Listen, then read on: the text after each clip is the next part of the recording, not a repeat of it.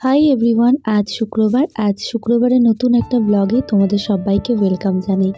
সকালবেলা উঠে সবার ফার্স্টে আমি যেটা করি, আমি হোম থিয়েটারে একটা সুন্দর সকালবেলার একটা কোনো গান দিই। এই হনুমান চালিসা হোক, হরে কৃষ্ণ হোক, এরকম কিছু আমি দিয়ে কাজে লেগে পড়ি। আমার খুব ভালো লাগে, মাইন্ডটা ফ্রেশ হয়, কাজেও মন বসে। তো আজ অনেক দিন পর তোমাদের সাথে ব্লগ শেয়ার করছি।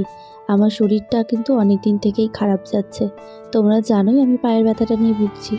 তো সেটার জন্য আমি ব্লগ ঠিকঠাকভাবে করছি না অনেক দিন হলো। আজ অনেক দিন পর ভিডিও শেয়ার করছি তোমাদের সাথে, কারণ আমিও আজ অনেক দিন পর নর্মাল কাজকর্ম করছি। এই কয়দিন তো বিছানায় একদম শুয়েই ছিলাম, আমি কিছু করতেই পারিনি, তাই আর কি শেয়ার করব। সকালবেলা রান্নাবান্না হয়ে গেছে, রান্নাঘরটা পরিষ্কার করছি। আর আজকে রান্না করেছি মাছের মাথা দিয়ে মুগ ডাল, আর মোচার বড়া দিয়ে রসা, আর একটু মোচার বড়া তুলেও রেখেছি একটু আর কি শুকনো খাওয়ার জন্য ভাজা। তো এই যে রান্নাবান্না, এখন প্রায় সকাল 9:30 মতো বাজে। তো আমি রান্নাঘর পরিষ্কার করে বেরিয়ে এলাম, আর এলাম ওষুধ খেতে। হ্যাঁ, আমার এলোপ্যাথি ট্রিটমেন্ট করেও আমার কমছিল না, এত জঘন্যতম একটা ব্যথা এটা। মানে কি বলবো, জাস্ট কল্পনার বাইরে। এই এত ফালতু একটা ব্যথা, মানে কি বলবো আর, সত্যি। তারপরে আমি ভাবলাম হোমিওপ্যাথি করে দেখি। তো বিশ্বাস করো, হোমিওপ্যাথি ওষুধটা খুব সুন্দর কাজ দিয়েছে। তো ওষুধটা খেলাম, সকালবেলার ওষুধটা ছিল, খেলাম। তারপরে এলাম রান্নাঘরটা পরিষ্কার করেছি বলতে ওই গ্যাস ওভেন পরিষ্কার করে গেছি, বাট সিঙ্কে অনেক বাসন আছে। আর জলের বোতলগুলো পরিষ্কার করব, তো একটু ভিম জেল, আর তার সাথে না ওই ঘরবাড়ি বানানোর যে বালি থাকে আর কি, ওই বালিটা দিয়ে বোতল খুব ভালো পরিষ্কার হয়। ওটা দিয়ে রাখলাম, আর ঝাঁকিয়ে ঝাঁকিয়ে নিতে নিতে সুন্দর পরিষ্কার হয়। আসলে আমার না জলের ফিল্টারটা আর কি, পিউরিফায়ারটা অনেকদিন সার্ভিসিং করানো হয়নি, তো ওই জন্য একটু আয়রন জমছে। তো জলের বোতলের তলায় দেখছি বেশ কিছুদিন পর পর একটা আয়রনের আস্তরণ পড়ছে, তাই বোতলগুলো বেশি তাড়াতাড়ি নোংরা হচ্ছে। তো তারপর দেখো প্রচুর বাসন ছিল, কিছু বাসন তো মেজেছি, তারপরে ভিডিওটা আর কি শুরু করলাম। তো বাসনগুলো মেজে নিচ্ছি। আজ আমি নিজেও অনেক দিন পর স্বাভাবিক জীবনে ফিরলাম, মানে আমার ডেইলিকার কাজকর্মগুলো যা থাকে সেগুলো করলাম। তবে টুকিটাকি কিছু কাজ ছিল, সেগুলো করে নিয়ে স্নান করে এলাম আর কি। আজ সকালবেলা স্নান করিনি, কারণ অনেক দিন থেকে এই ব্যথার জন্য আমি সকালবেলা স্নানটা একটু আর কি দেরিতে করছি। মানে দেরিতে বলতে এখন ঘড়িতে ওই 11:30 মতো বাজে আর কি। তো সকালবেলা ভাত টাত খেয়েছি, আর তারপরে যে স্নান ধান করে বেরিয়ে এলাম। আর আজকে সেরকম একটা কাজকর্ম করছি না। আজকে কি কদিন একটু ওইভাবেই চলবো, কারণ শরীরের উপর অত্যাচার করাটাও ঠিক না। ডক্টর বলে দিয়েছেন যে ভারী জিনিস কোনোভাবেই যাতে না তোলা হয়, তাই জন্য যেটুক না করলেই না সেটুকুই করছি। আর তোমাদের দাদাভাইও ভীষণ বকাঝকা দিয়ে গেছে, যে যেটুকু না নড়লে না সেটুকুই নড়ো। তো আমি একটু ভালো হয়ে গেলে তো সব ভুলে যাই। আমি শান্ত হয়ে এক জায়গায় বসে থাকতে পারি না, হয় আমার মুখ চলবে, নয় আমার পা চলবে, নয় আমার হাত চলবে। তো সেই মানুষটা আমি কদিন একদম নিস্তব্ধ হয়ে গেছিলাম। তো অনেকদিন পরে আজকে একটু ফিরলাম, ওই জন্য বলছি আর কি, স্বাভাবিক জীবনে ফিরলাম। তো সকাল থেকে এক প্রকার যুদ্ধ চলে, ফাইনালি এই যে একটু ফাঁকা হলাম। আজকে সকালবেলা স্নান করিনি, কদিন থেকে একটু অ্যাভয়েড করছি সকালবেলা স্নানটা। সকালে 12 মাস অভ্যেস থাকলেও এই ব্যথা যন্ত্রণা এগুলোর জন্য কদিন থেকে সকালবেলা স্নানটা বাদ রেখেছি। এখন ওই 11:30 মতো বাজে, স্নান ধান করে উঠলাম। আজকের মতন ডিউটি শেষ। আরও শরীর ভালো থাকলে আরও খুঁটিনাটি অনেক কাজ করতাম, কিন্তু আমার কর্তামশাইয়ের কড়া হুকুম দিয়ে গেছে যাওয়ার সময় যে একদম চলাফেরা কম, যেটুকু না চললে হয় না ওইটুকুই চলো। তো সেই জন্য যেটুকু না করলে না সেটুকু কাজ করলাম। আজকে আর সেরকম কিছু আর করবো না। তো আমার চেহারা বড্ড খারাপ হয়ে গেছে, আমি নিজেও জানি আমাকে দেখতে ভীষণ বাজে লাগছে, কিন্তু কিছু করার নেই। আস্তে আস্তে শরীরটা এখন তো ভালো হচ্ছে, কদিনের মধ্যে ভালো হয়ে যাব, চেহারাটা তখন ঠিক হবে। আর নিজেকে এরকম দেখতে নিজেকেও ভালো লাগছে না, কিন্তু কিছু করার নেই। তো আগামীকাল শনিবার, যাব বারোবিশা, মাসি বাড়িতে যাবো আর কি। তো মাসি নেই, তবু ওটা মাসি বাড়ি।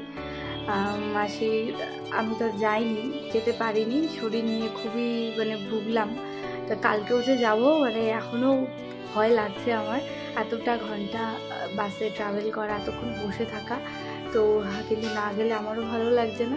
তো কালকে যাব ঠিক করেছি, এইরকমও যদি শরীর থাকে কালকে আমি যাবই। তো তার আজকে কেনাকাটা করতে যেতে হবে, কালকে গেলেও কাজ আছে, যেহেতু আগামী শুক্রবারে মৎস্যমুখী। তো একটু জিনিস জামা কাপড় কেনাকাটা করতে হবে ওদের জন্য, তো সেগুলো করতে আজকে যাওয়ার কথা আছে। তোমাদের দাদাভাই অফিস থেকে ফিরলে তারপরে হচ্ছে যাবো। তা আজকে অনেক দিন পর ছাদে আসলাম, অনেক দিন মানে বেশ অনেক দিন হলো। এখনও উঠতে পারি না ভালো মতো, কারণ বা পায়ের ভরটা এখনও দিতে পারি না, ডান পায়ে দিতে হয় বেশিটা, তো তার জন্য একটু কষ্ট হয়। তো আজকে একটু এলাম, শরীরটা ভালো লাগছে বলে। তো গাছগুলো কি সুন্দর ফুল হয়েছে, আমি নিজেও অবাক। এই দেখো, এগুলো ফ্লিপকার্ট থেকে বীজ কিনে নিয়ে বীজগুলো বুনেছিলাম, সেই গাছ, তার থেকে কত ফুল। এই যে একটা, আর ওই যে ওটা তো কি লোকাল জায়গা, মানে লোকাল দোকান থেকে কিনে এনেছিলাম, এটারও ফুল হয়েছে, প্রচুর আগাছা হয়েছে, এগুলোকে পরিষ্কার করতে হবে। আর এই বাগান বিলাসের মধ্যে কোথার থেকে 2 জন পুঁই শাক, তাও আবার মোটা সোটা, 2টা না, হ্যাঁ 2টাই তো, 2টা, আর খুব সুন্দর, পাতাগুলো বড় বড়। এই জাতটা কিন্তু ছিল না, আর রোগা জাতটা ছিল আমাদের বাড়িতে, তো এটা হচ্ছে। আবার দেখি একদম লঙ্কার চারা, মানে আর এই যে বাগান বিলাস, উনি তো ফুলও ফোটে না কিছু না, এদিকে মাঝখানে বাগান বিলাসটার মনে হয় প্রবলেম হয়ে যাচ্ছে। দেখো হেলে পড়ছে এই গাছের ভারিতে, কিন্তু অনেক গাছ। এই যে এই নামগুলাই ভুলে গেছি আমি, এটার যে কি নাম, এটাও হচ্ছে ফ্লিপকার্ট থেকেই না, ও মনে হয় অনেক কালার, একটা পিঙ্ক, বেগুনি, এটা আবার রানী, এইটা আবার হালকা পিঙ্ক। ওয়াও কি সুন্দর, এগুলো ফ্লিপকার্ট থেকে নেওয়া, 200 টাকা দিয়ে অনেকগুলো বীজ নিয়েছিলাম। এগুলো তো ফুটবে নিশ্চয়ই, জানি না এটা কি গাছ, মানে জানি না বলতে নাম লেখা ছিল, কিন্তু এতগুলো একসাথে গাড়া হয়েছিল আমার আর মনে নেই। আর এখানে একটা ফুল গাছ দেখছি আজকে, দাঁড়াও কোথায় যেন, ছোট্ট ফুলটা কি কিউট, কোথায় দেখলাম, এই যে এই যে দেখো,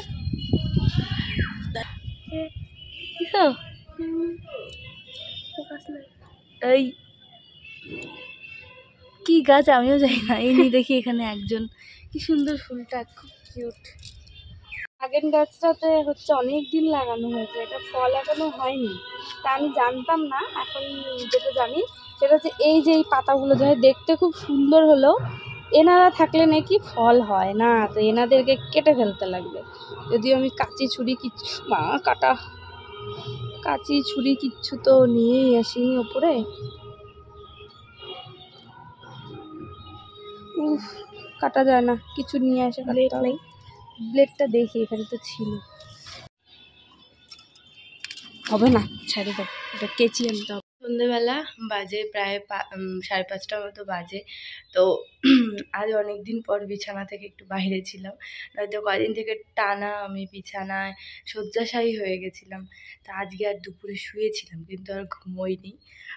আজকে আর ইচ্ছে করলো না, ঘুমও আসলো না, তো আজ আর ঘুমোইনি। তো আমার পায়ে যে প্রবলেমটা হয়েছিল সেটা আমি, মানে কি বলবো, আমাকে শয্যাশায়ী করে দিয়েছিল। ব্যথাটা এত জঘন্য ব্যথা, জাস্ট বলার বাইরে। কি বলবো তোমাদেরকে, আমি সত্যি ভাষায় প্রকাশ করতে পারবো না। আমি রাতের পর রাত ঘুমোতে পারছিলাম না, এত ব্যথা হচ্ছিল। পরে এলোপ্যাথি ট্রিটমেন্ট করি, ডক্টর দেখাই, তেল মালিশ করি, কোনো কিছুতে আমার কিচ্ছু হচ্ছিল না। একটু কমে আবার হয়, একটু কমে আবার হয়। আর এতটা ভয়ঙ্কর না ব্যথাটা, আমি শুধু ভয়ে থাকতাম যে ব্যথাটা হলে আমি আবার কি করব, কারণ ব্যথার ওষুধ খেয়েও আমার ব্যথা কমছিল না।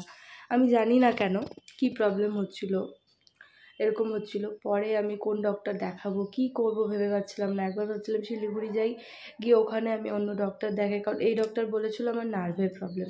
তো সেটাই আমি ভাবলাম যে সেটাই করব। বাট পরে আমি ভাবি যে শিলিগুড়িতে ডক্টর দেখাবো, নার্ভের ওষুধ খাওয়া এমনিই ভালো না, আর ওষুধগুলো খেয়েও আমার শরীর ভালো লাগতো না, সারাদিন কেমন লাগতো। তো সব সহ্য করে নিতাম যদি আমি ব্যথা ঠিক হতো। তারপরে ভাবলাম না, আমি একবার লাস্ট ট্রাই করে দেখি, হোমিওপ্যাথিক ওষুধ খাই। তা হোমিওপ্যাথি ওষুধ আমার সত্যি কথা বলতে খুব একটা কিন্তু কাজ দেয় না। আমার বিয়ের আগে যত যা কিছু হতো, অনেকবার হোমিওপ্যাথি ট্রিটমেন্ট চেষ্টা করেছিলাম, আমার কমতো না ঠিকঠাক করে। আমার কিন্তু মানে বিয়ের পরে দিনাটায় এসে আমি একটা ডক্টর দেখাই, তোমাদেরকে আমি পরে সব ডিটেলস বলবো। তো বিশ্বাস করবে না, আমার ভীষণ বাজের থেকেও বাজে প্রবলেমগুলো উনি কেমন যেন মানে এক চুটকিতে ঠিক করে দিয়েছিল। আমি তখন থেকে ওনাকে খুব মানি, একমাত্র হোমিওপ্যাথিক ওনার ওষুধে আমার খুব ভালো কাজ দেয়। তারপরে হচ্ছে আমি পরে ভাবলাম আমি ওনার কাছেই যাই। কালকে ডক্টর দেখাতে গেছি, বিশ্বাস করবেন আমি ডক্টরকে বলতে পারছিলাম না আমার কষ্টগুলো, মানে আমায় এতটা বিরক্ত হয়ে উঠেছিলাম, আমি ভেতর থেকে মানে এতটা কষ্টে ছিলাম না, আমি কেঁদে ফেলি বলতে বলতে। তখন উনি আমাকে কথা দেয় না, তোমার এই ব্যথা আমি কালকের মধ্যে সারিয়ে দেবো, আজকে রাত থেকে আশা করছি আর ব্যথা হবে না, যদিও ব্যথা হয় তুমি একটা ব্যথার ওষুধ খেও। আমি যেহেতু বলেছিলাম ব্যথা উঠলে কী করব, তো উনি আমাকে বলে যে না তোমার ব্যথা আর হবে না, আমি বলছি। তো তারপরেও হচ্ছে যাই হোক ওষুধ নিয়ে আসলাম। কাল রাতটা আমি দেখি ভয়ে কাটিয়েছি, কি আতঙ্কে। সন্ধ্যের পর থেকে একটু একটু করে ব্যথা শুরু, ঠিক 9টা বাজতো আমার ব্যথা আরও শুরু হতো। খালি ঘড়ি দেখতাম এই কটা বাজে, এই আবার ব্যথা শুরু হয়নি কি, এত ভয়ে ছিলাম আমি। কিন্তু আস্তে আস্তে দেখি না টাইম যাচ্ছে টাইম যাচ্ছে, এত তীব্র ব্যথা ছিল সেই জায়গা থেকে দেখো অল্প ব্যথা তো থাকবে অবশ্যই, কিন্তু ওই জঘন্য ব্যথাটা কমেছে। তারপরে ভাবলাম, তারপর রাতটা দেখি ভালোই ভালোই কাটলো। আজকেও সারাটা দিন মোটামুটি আছি, পুরোপুরি নর্মালভাবে এখনও চলতে পারি না, কিন্তু অনেকটা ভালো আছি। মানে হাঁটা চলা করতে পারছি না, হয়তো আমি মানে কি বলবো, আমি এতদিন পরে ছাদে গেলাম আমার গাছগুলোকে দেখতে। আমি যতই অসুস্থ থাকি তবুও আমি গাছগুলোর পেছনে কিন্তু লেগেই থাকি, আমার ভালো লাগে না নয়তো, কিন্তু আমি সেটাও পারছিলাম না। দেন আজকে শরীরটা একটু ঠিক, আর এই জন্য আমি এতদিন ব্লগ করছিলাম না, ঠিকঠাকভাবে ব্লগ দিতে পারছি না, কারণ শরীর ভালো না থাকলে কিছু ভালো লাগে না। সারাদিন তো শুয়েই কাটছিল, আমি কী বা ব্লগ করব। তারপরে সন্ধেবেলায় এলাম হচ্ছে আমার বরের পছন্দসই খাবার করতে, মানে দুধ চা আর তার সাথে মুড়ি মাখা, যেটা ওর খুবই পছন্দের। আর আমি না মুড়ি মাখতে আমার একদম ভালো লাগে না, কারণ এই যে বিয়ের পর থেকে যতদিন হলো মানে 4 বছর যে হলো, প্রত্যেকটা দিন সন্ধ্যায় ওর এই মুড়ি মাখাটা লাগেই। তা আমার খুব বিরক্ত লাগে মুড়িটা মাখতে। তা আজকে আবার নিজে থেকে একদম জুতজাত করে মানে মুড়িটা মাখলাম, মানে চাট মশলা, আমচুর পাউডার, আচারের তেল, তারপর পেঁয়াজ, লঙ্কা, ধনেপাতা সব কিছু দিয়ে মুড়িটা সুন্দর করে মাখলাম। তো ও চলে এসছে অফিস থেকে, তারপর ওকে দিলাম খেতে। আর তারপরে এখন রেডি হচ্ছি। কোথায় যাচ্ছি চলো বলি। অনেক দিন পর বাইরে বেরোচ্ছি, মানে ডক্টরের কাছে যাওয়া বাদে আর কি। তো যাচ্ছি হচ্ছে মাসি শাশুড়ির তো সামনেই কাজ, তো সেখানে সবার জন্য একটু জামা কাপড় কিনতে আর কি আজকে যাচ্ছি। ও আর আমি তো কিছু কিনে নিয়ে আসি। ওখানে হচ্ছে আমার এক যা আছে, তারপর দিদি আছে, আর আছে হচ্ছে জায়ের 2 ছেলে মেয়ে, আবার 2 দাদা, তো সবার জন্যই কিনতে যাচ্ছি। চলো রেডি হয়ে গেছি, এখন হচ্ছে বেরোবো। তো বাড়ির কাছেই, খুব বেশি দূরে না, সেই জন্য যেতে পারলাম। আমাদের না মানে দিনহাটায় আমাদের বাড়িটা এমন জায়গা যে সব কিছু হাতের কাছে, সেই জন্য না সুবিধা হয়। দূরে হলে তো খুব প্রবলেম হতো। চলো কেনাকাটা হয়ে গেছে, বাড়ি যাই। হলো কেনাকাটা, যাচ্ছি হচ্ছে বাড়ি। তা বাড়ির কাছেই দোকানটা, সেই জন্য হয়ে গেল, হয়তো অনেকটা হাঁটতে লাগতো। তো চলে এসেছি দোকান থেকে আর কি কেনাকাটা করে, আর গেলাম ওদের জন্য কিনতে, তো নিজের জন্য একটু আনলাম, যে আমার দরকারও ছিল।